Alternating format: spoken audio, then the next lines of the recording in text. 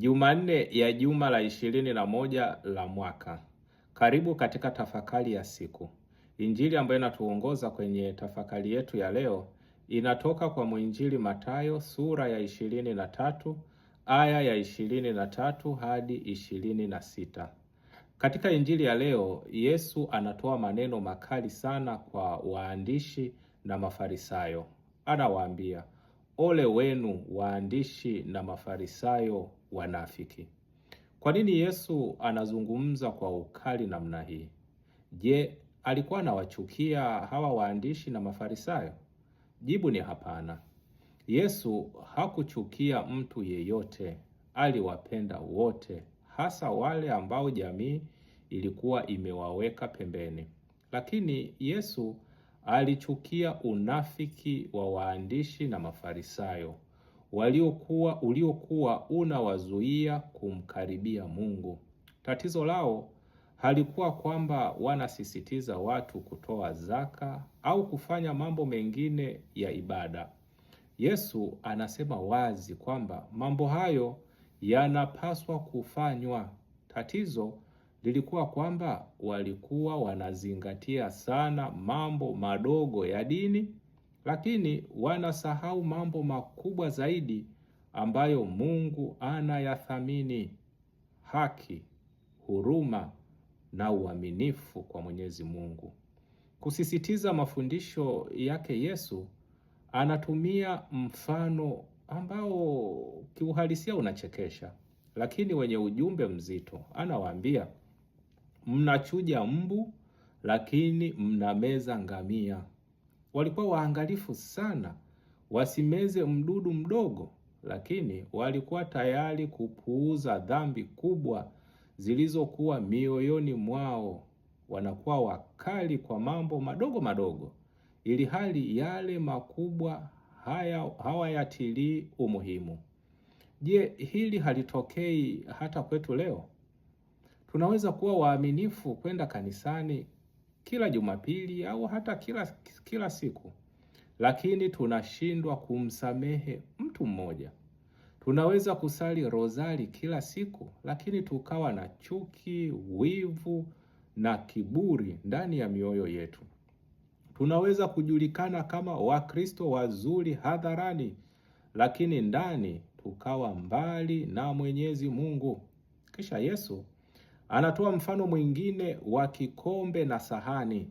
Anasema, safisheni kwanza ndani ya kikombe, ndipo hata nje yake patakuwa safi. Hapa ndipo kiini cha injili ya leo kilipo. Mungu haangalii tu tunavyoonekana mbele za watu, anaangalia moyo wetu. Watu wanaona sura, wanaona kile macho yao yanaweza kuona. Mungu anaona kilicho ndani, ambacho hakuna mtu yeyote ambaye anaweza kukiona ila ni Mwenyezi Mungu na wewe mwenyewe. Ndugu zangu, katika ulimwengu wa leo, hasa kwenye mitandao ya kijamii, ni rahisi sana kuonyesha picha nzuri ya maisha yetu. Tunaweza kuweka mistari ya Biblia, picha tukiwa kwenye ibada na jumbe nzuri za maandiko matakatifu ambazo tumezinukuu kwenye Biblia. Hayo si mambo mabaya, hayo ni mambo mazuri, lakini Yesu anatuuliza swali moja muhimu. Je, yule ambaye watu wanamuona mtandaoni akiposti, akiandika jumbe nzuri, akihubiri, ndiye yule ambaye Mungu anamuona faragani? Tusidhani kwamba Ukristo ni suala la kuonekana mtakatifu. Hapana, bali ni suala la kubadilishwa na neema ya Mungu kutoka ndani kwenda nje. Yesu leo anatupa kipimo kizuri cha kuchunguza dhamiri zetu. Je, ninawatendea watu kwa haki? Je, nina huruma kwa walionikosea? Je, ni mwaminifu kwa Mungu na kwa ahadi zangu ambazo nimeziweka? Hayo ndiyo mambo ambayo Yesu anasema yana uzito mbele ya Mwenyezi Mungu.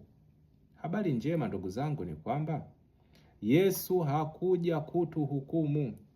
Yesu hatuhukumu. Alikuja kutusafisha.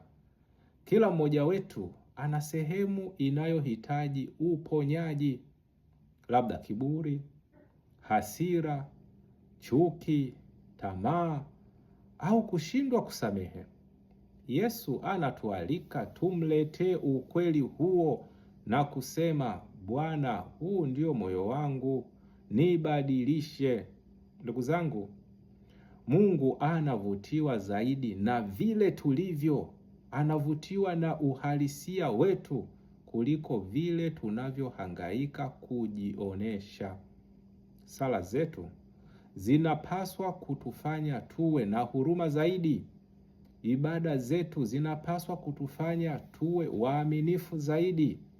Neno la Mungu linapaswa kubadilisha maisha yetu, si kuongeza tu maarifa. Leo, kabla ya kumaliza siku, tujiulize kwa unyenyekevu, kama Yesu angeangalia ndani ya moyo wangu leo, angeona nini? Tusione hofu kutoa jibu. Yeye anayefunua uchafu wa ndani ndiye pia anayetoa neema ya kuusafisha.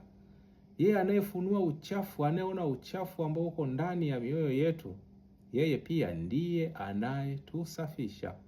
Basi tumuombe Bwana atupe moyo safi, ili maisha yetu ya nje yawe kielelezo cha kile ambacho tayari umekifanya ndani yetu. Kile ambacho Mungu ametubadilisha ndani, kielelezo chake kiwe maisha yetu ya nje.